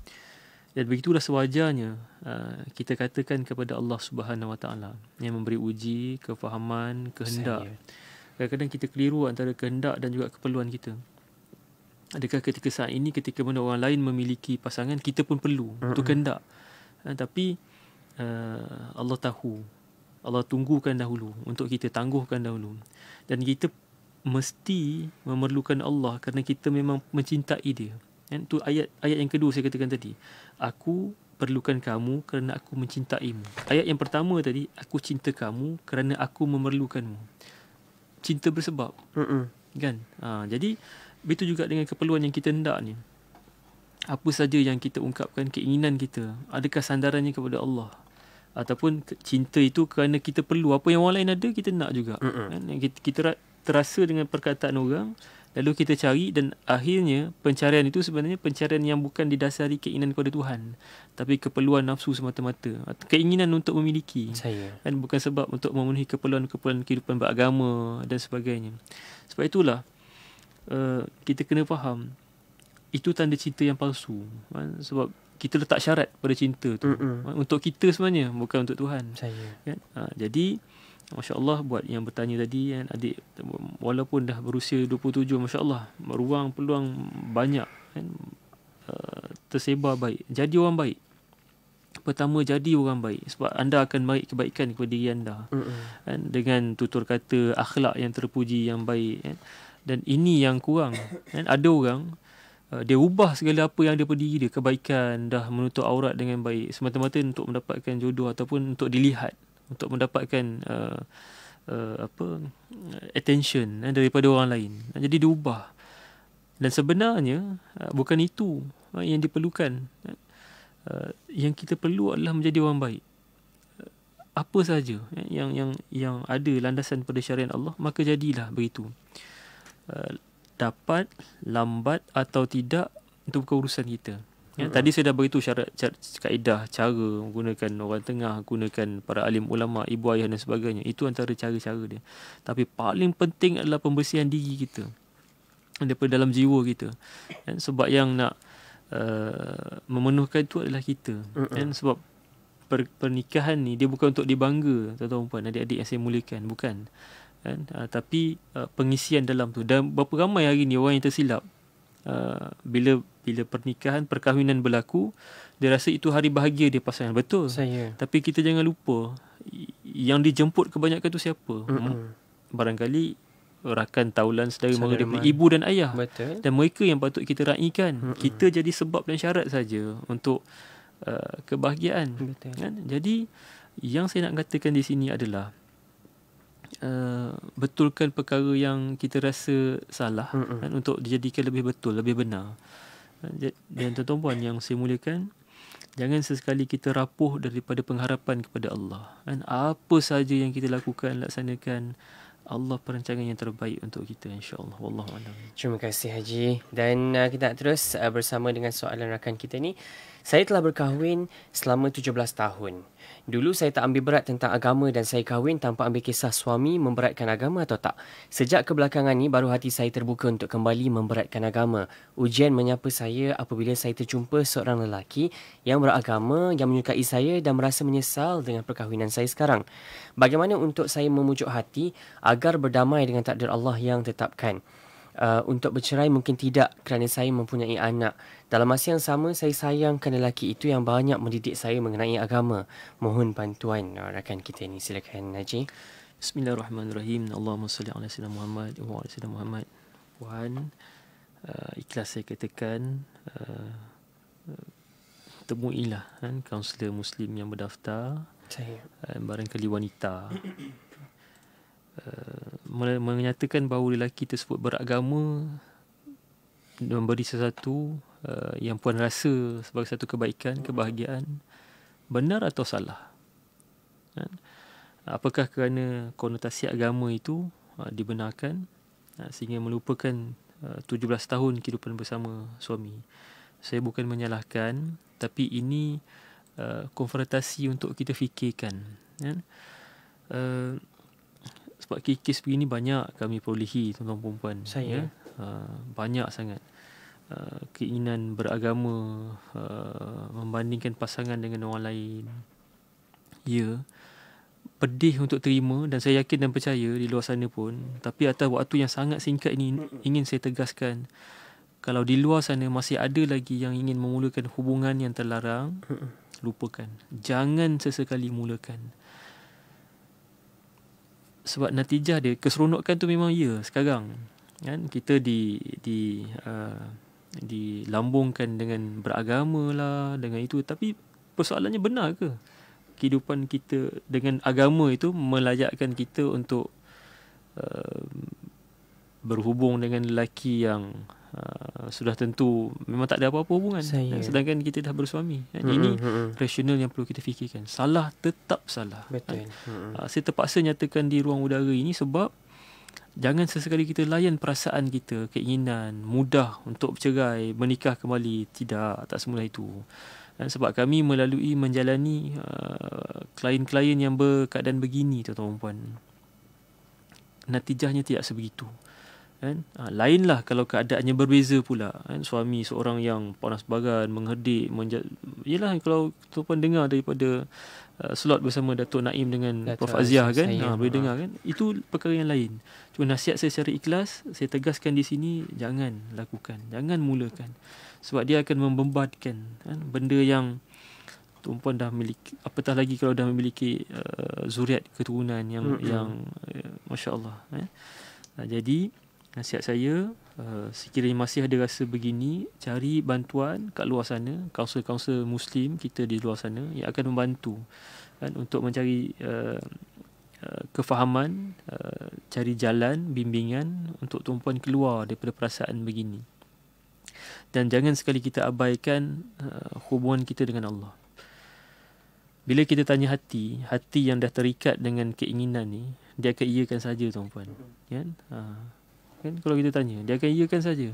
Tapi kalau tuan-puan ikhlas untuk mencari jalan, hidupkanlah malam, tanya sungguh-sungguh dengan Allah, berdoa sungguh-sungguh dengan Allah. Saya yakin dan percaya akan ada cahaya kebenaran akan tuan-puan rasa. Walaupun kita kat luar sini kita boleh meletakkan hukum, kan? Tapi bagi mereka yang merasa keadaan begini, kekeliruan begini, carilah sungguh-sungguh jalan. Dan terima kasih saya ucapkan sebab berani untuk bertanya. Dan maafkan saya tuan-puan kalau jawapan saya ni agak bernada ketegasan, sebab saya dah melihat keadaan-keadaan begini, dan saya tak nak satu lagi rumah tangga diuji dengan keadaan yang kita boleh elakkan, kan? Wallahu alam. Saya matlamat macam mana sekalipun, yang salah macam Haji sebut tadi, yang salah tetap salah je. Dan insyaAllah kita nak terus bersama dengan rakan kita selepas ini. Ada persoalan daripada anda, boleh kongsikan WhatsApp-nya 0112904004. Kurang lebih kurang dari setengah jam lagi kita nak bersiaran untuk Dari Hati. Jangan ke mana-mana, kembali selepas ini. Ini dia Mirwana dah pesan dengan kita semua, cinta bukan mainan. Jangan ke mana-mana. IKIM Inspirasi Inforia Islami. Ibn Sina. Dalam melengkapkan diri dengan ilmu pengetahuan, rata-rata para sarjana Islam pada zaman kebangkitan ilmu tidak berasa cukup dengan hanya satu cabang ilmu sahaja. Sebaliknya, mereka sedaya upaya cuba menguasai kebanyakan bidang ilmu yang ada pada ketika itu. Antara tokoh yang paling berjaya dalam menguasai cabang-cabang ilmu yang banyak ini termasuklah Ibn Sina. Beliau bukan sahaja merupakan seorang ahli perubatan kelas pertama, tetapi juga ahli sains dan falsafah. Di samping itu, beliau juga merupakan ahli politik yang aktif dan tokoh kemasyarakatan yang berkaliber. Nama penuh Ibnu Sina ialah Abu Ali Al-Husain Ibni Abdullah Ibni Sina. Dilahirkan di Bukhara pada tahun 370 Hijriah bersamaan 980 Masehi. Ibnu Sina merupakan seorang anak yang agak bertuah pada masa kecilnya kerana dapat hidup dalam sebuah keluarga yang kaya raya. Di Bukhara lah juga beliau memulakan pengajiannya dengan memberikan tumpuan terhadap bidang bahasa dan sastra. Selepas mencapai kedudukan yang tinggi dalam bidang bahasa dan sastra, sewaktu berusia 20 tahun, beliau mula berminat dengan ilmu-ilmu akal. Beliau kemudian memulakan pengajian dalam bidang tersebut dengan mempelajari ilmu logik serta geometri selain mendalami buku Al-Majast karangan Abu Abdullah An-Natali, sahabat bapanya. Kemudian, Ibnu Sina mempelajari pula ilmu-ilmu sains, ilmu fiqh dan ilmu perubatan daripada guru yang berbeza-beza. Dalam bidang perubatan, Ibnu Sina telah mencapai satu tahap yang amat tinggi. Walau bagaimanapun, beliau tidak menjadikannya sebagai kerjaya. Sebaliknya, Ibnu Sina mengajar ilmu tersebut kepada para doktor bagi meningkatkan lagi pengetahuan mereka dalam bidang perubatan. Sesuai dengan kebolehannya yang tinggi dalam berbagai-bagai bidang, Ibnu Sina telah mewariskan banyak hasil penulisan yang mencakupi banyak bidang kepada tamadun dunia. Antaranya termasuklah Al-Qanun yang berkaitan dengan perubatan, Asy-Syifa dan An-Najah yang berkaitan dengan falsafah, Tis Rasail yang merupakan kumpulan risalah yang mengandungi berbagai-bagai tajuk dalam berbagai-bagai bidang ilmu, Rasail Ibnu Sina yang mengandungi hasil sastra kreatif beliau, serta risalah-risalah lain lagi tentang berbagai-bagai bidang ilmu termasuk ilmu logik. Petikan daripada buku Tokoh-Tokoh Kesarjanaan Sains Islam, hasil tulisan Profesor Datuk Dr. Mahmud Zudi Haji Abdul Majid.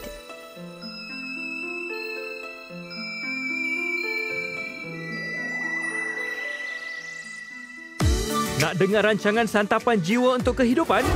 Semuanya ada di IKIM, Inspirasi Inforia Islami. Ya, semestinya semuanya ada di IKIM Inspirasi Inforia Islami. Dan bicara kita pada malam ini, sesi luahan rasa pun kita bawakan juga di IKIM ini. InsyaAllah semoga rakan-rakan kita yang bertanya ada solusinya atas soalan-soalan anda. Masih lagi bersama dengan yang berbahagia Tuan Haji Ikram Hussein, kaunselor berdaftar kita. Tajuk kita, jodoh itu cerminan dirimu. Dan saya nak ucapkan terima kasih buat semua yang bertanya. Ada juga ni comel je, siap bagi ikon tutup mulut. Dia kata walaupun saya tak tanya soalan, tapi soalan-soalan itulah yang mewakili persoalan diri saya. Terima kasih rakan saya yang berkongsi. Dan kita nak teruskan perkongsian rakan kita ni. Katanya suami saya telah meninggal 2 tahun yang lepas sebab kanser. Umur saya 38 tahun, rakan-rakan suruh cari pengganti. Tapi saya tetap dengan kata hati dan pendirian untuk bersendirian atas sebab saya telah dapat redha suami yang mendoakan saya ke syurga atas pengorbanan saya sebelum ini. Dan tiada yang dapat tandingi sifat-sifat yang dimiliki oleh arwah suami saya sebelum ini. Fokus saya sekarang, tunaikan amanah arwah, besarkan anak-anak dan tambah ilmu dan amal untuk bekal akhirat. Bagaimana saya nak fahamkan orang lain? Ada kalanya kata-kata mereka menyebabkan saya sedih dan sakit hati. Perkongsiannya, Haji, silakan. Bismillahirrahmanirrahim. Allahumma salli ala sayyidina Muhammad wa ala sayyidina Muhammad. Terima kasih Puan, masya-Allah. Saya doakan dan kita semua doakan Allah mudahkan urusan Puan dalam apa sahaja yang Puan jalani dan membesarkan proses anak-anak dan sebagainya, insya-Allah. Baik. Itu keputusan yang Puan ambil dan kita hormati sebab masya-Allah Puan tahu bagaimana nak menguruskan kehidupan dia. Dan ada satu, masya-Allah, itulah hakikat kebahagiaan bila kita tahu dekat mana tempat untuk kita tuju bila mana kita berhadapan dengan pelbagai keadaan perkara. Tapi bila cerita tentang macam mana nak berhadapan dengan orang yang bertanya dan sebagainya, Saya nak ambil satu analogi. Kita pernah tengok tak orang main bola sepak. Dan kalau dekat dalam stadium tu ataupun dekat tepi padang tu ada orang menyokong dan juga mengejek. Tapi untuk nak menang dalam perlawanan, pemain dia kena fokus. Dia tak boleh pedulikan apa saja orang kata kat luar sana.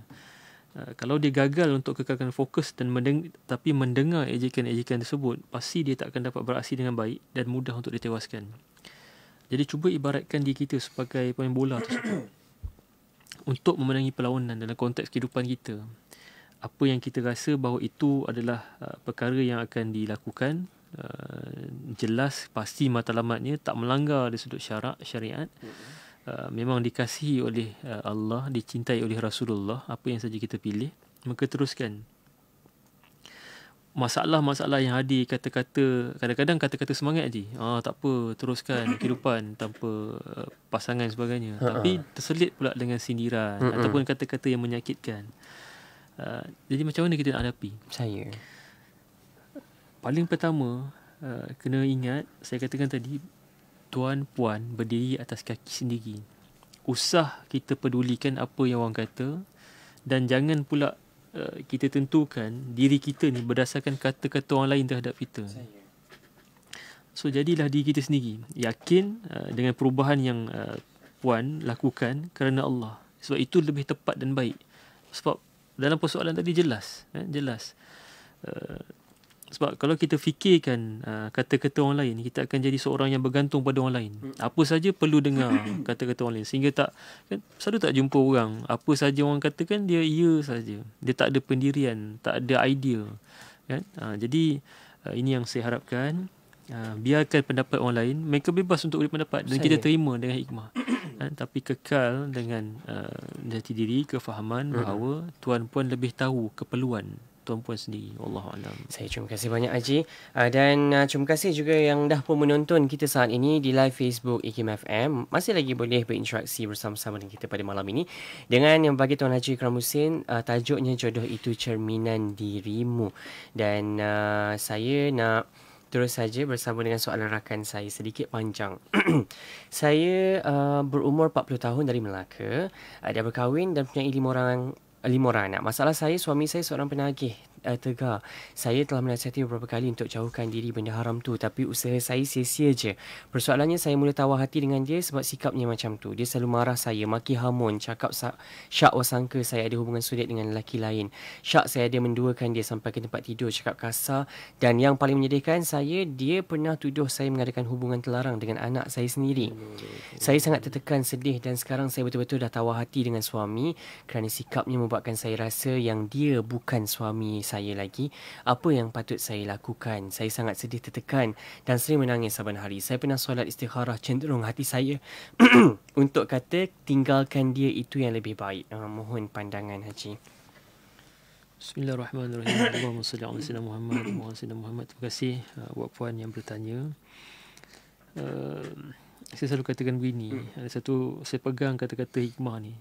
Cintailah sesiapa saja yang mencintai kita, bukan orang yang kita cintai. InsyaAllah cinta kita akan berbalas. Dalam konteks ini, puan, dalam perkahwinan, dia ada perkara-perkara yang perlu didahulukan, ada perkara-perkara yang boleh dikemudiankan. Perkara yang perlu didahulukan adalah rumah tangga yang baik, rumah yang baik, kenderaan, makan, pakai.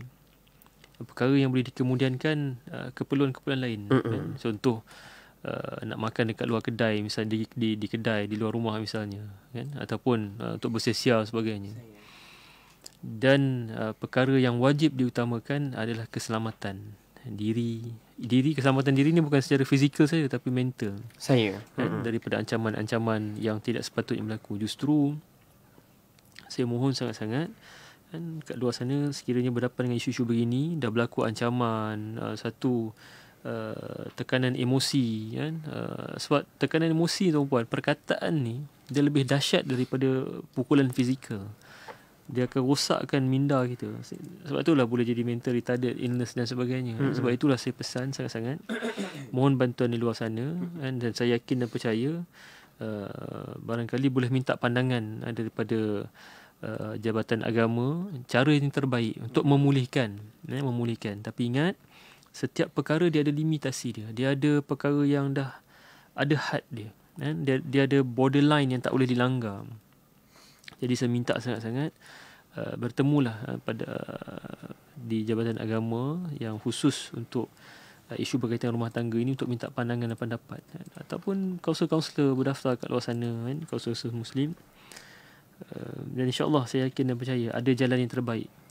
Tidak semestinya daripada kemusnahan itu tak ada kebahagiaan, dan tak semestinya kebahagiaan tu yang disulam dengan kehinaan, cerca, kejian, ancaman itu adalah bahagia. Dan setiap perkara ni tuan-puan dalam kehidupan kita ada had dia, had tertentu yang tak boleh kita langgar. Wallahu a'lam. Saya terima kasih banyak Haji. Saya kira itu antara perkongsian rakan-rakan saya yang sempat kita raikan pada malam ini untuk bicara dalam segmen Dari Hati. Jodoh itu cerminan dirimu. Dan terima kasih pada semua yang dah pun berkongsi soalan, yang berkongsi pandangan, yang dah pun menonton kita secara langsung di live Facebook IKIM FM waktu ini. Terima kasih banyak-banyak. Dan mungkin Haji sikit di hujung ni nasihat dan pesanan untuk tajuk bicara kita buat rakan-rakan dan juga buat persoalan-persoalan rakan kita pada malam ini. Silakan Haji. Bismillahirrahmanirrahim. Allahumma salli ala sayyidina Muhammad wa ala sayyidina Muhammad. Terima kasih Haji Faiz, penerbit dan juga DJ IKIM untuk slot Dari Hati ni. Saya malam ni kalau tuan-puan lihat dan perasan, ada beberapa persoalan yang saya agak beri penegasan. Bukan apa tuan-puan, bila dah lalui pengalaman berhadapan dengan isu-isu begini, saya tahu ada perkara-perkara yang perlu kita beri perhatian yang sangat serius. Kalau bila tahu, masya-Allah, itu kebaikannya bila kita berkongsi ni kan. Itu tujuan dia sebenarnya tuan-puan. Tak ada lain, tidak ada lain. Saya tak nak satu lagi kegagalan berlaku dalam rumah tangga seorang Muslim, sebuah pasangan. Saya tak nak lagi nyawa hilang, melayang disebabkan kegagalan untuk kita uruskan perkara yang boleh kita elakkan pada awal kejadian. Jadi di situ terbit sedikit penegasan. Dan maafkan saya mohon maaf sangat-sangat. Dan saya kapasiti ini terhad untuk kita berada di ruang udara ini kan. Tapi yang paling baik untuk kita semua para pendengar yang saya muliakan, jadilah orang yang baik-baik untuk menarik kebaikan. Bantulah kalau kita dengar isu-isu masalah ni tadi, bantulah mereka dengan kebaikan, jalan-jalan yang boleh kita bantu. Dan mereka perlukan kita, yang kita dengar, faham. Saya yakin kat luar sana banyak lagi isu. Persoalan kita pun Haji barangkali tak habis. Saya mohon maaf sangat-sangat. Banyak lagi senarai yang di tangan dan juga di WhatsApp dan sebagainya. Justru dalam hati kita ni, masalah manusia ni dari dahulu sampai sekarang bukan kerana kita tak ada Tuhan, tetapi kita terlalu banyak Tuhan untuk dituhankan. Terlalu banyak Tuhan ni sebabkan kita keliru dan buntu dalam kehidupan sampai kita suka nak buat pilihan. Dan dalam keadaan yang dahsyat, teruk pun kita tetap mengambil jalan meneruskan, sedangkan kita boleh tarik diri untuk menyelamatkan benda yang lebih besar lagi. Mungkin persoalan kita bimbang apa kata-kata orang tanpa pasangan, ataupun kita bimbang khawatir sangat pandangan manusia terhadap kita, sedangkan kehidupan kita ni adalah berdasarkan pilihan yang kita boleh buat. Kita boleh pilih untuk jadi jahat atau boleh menjadi baik. Kita boleh pilih untuk keluar, berusaha untuk keluar, atau masih kekal di dalam keadaan-keadaan tersebut. Justru saya mohon sangat-sangat, jarilah ketulusan hati ni dengan sungguh-sungguh. Malam ni pun kita boleh mula sungguh-sungguh mohon pada Allah beri petunjuk dan hidayah kepada kita. Dan kita semua sebenarnya, saya dalam konti bersama Haji Faiz, dan kita semua harapkan doa tuan-puan. Ini usaha kita tuan-puan, usaha untuk mengajak kebaikan, memulihkan perkara yang boleh kita pulihkan. Dan sekali lagi saya berdoa atas apa sahaja pertanyaan daripada para pendengar saya kasih sekalian. Allah mudahkan urusan, angkat beban digantikan dengan kemudahan serta kesenangan, diangkat kesedihan diganti dengan kegembiraan, segala ujian Allah berikan peluang, hidayah digantikan dengan pahala yang melipat kali ganda insya-Allah. Mohon doa mendoakan. Allah Taala alam. Assalamualaikum warahmatullahi Waalaikumsalam warahmatullahi wabarakatuh. Terima kasih banyak buat yang bahagia Tuan Haji Ikram Hussein, kaunselor berdaftar kita yang juga merupakan penolong pengarah kanan bahagian pengurusan psikologi Jabatan Perkhidmatan Awam. Apapun sekali lagi ada kesempatan kita jumpa lagi insyaAllah 2 minggu dari sekarang. Cuma saya mohon pandangan dan respon anda semua. Adakah nak kita sambung lagi? Kalau kita buat lagi jadi 4 minggu je tajuk jodoh kita ni. Saya dengar tajuk jodoh ni galit saya dah bersila dah Haji Somanya. Nampak saya dah bersila kat konti ni mendengarkan bicara kita pada malam ini insyaAllah. Apa juga ilmu yang anda perolehi di ruang ini, saya harap saya pesan pada semua untuk sama-sama sebar-sebarkan ilmu ini kepada rakan-rakan kita yang mungkin tak sempat nak dengarkan bicara kita pada malam ini insyaAllah. Semoga rakan-rakan kita boleh dapat ilmu yang sama juga dengan kita pada malam ini insyaAllah. Dan sekiranya anda ada sebarang cadangan untuk tajuk bicara kita 2 minggu dari sekarang, untuk tajuk dari hati tentang isu-isu hati, isu-isu jiwa kita, boleh kongsikan bersama-sama kami di live Facebook. Nanti Abang Faiz tengok balik malam, nanti Abang Faiz tengok lagi sekali apa tajuk-tajuk yang anda nak kita bawakan selain dari tajuk jodoh ini. Mungkin kalau nak diteruskan boleh juga kongsikan dengan saya apa pandangan anda tentang tajuk yang akan kita bawakan nanti. InsyaAllah Haji, semoga dia terus diberikan kesihatan untuk sama-sama berada di konti kita untuk kita berkongsi ilmu dalam segmen dari hati ini insyaAllah. Sekali lagi terima kasih kepada semua yang dah pun berkongsi soalan, pandangan dan respon anda bersama-sama kami menerusi apa juga medium. InsyaAllah semoga bermanfaat. Jumpa lagi hari dan waktu yang sama, Jumaat jam 9 malam dari hati. Kalau minggu depan kita insyaAllah akan kongsikan, bawakan bicara kita tentang isu-isu rumah tangga, isu-isu kekeluargaan bersama dengan pakar undang-undang keluarga pada minggu hadapan. InsyaAllah jumpa lagi untuk Dari Hati minggu hadapan. Dengarkan Hafiz Hamidun, Jodoh Berdua di IKIM Inspirasi Inforia Islami.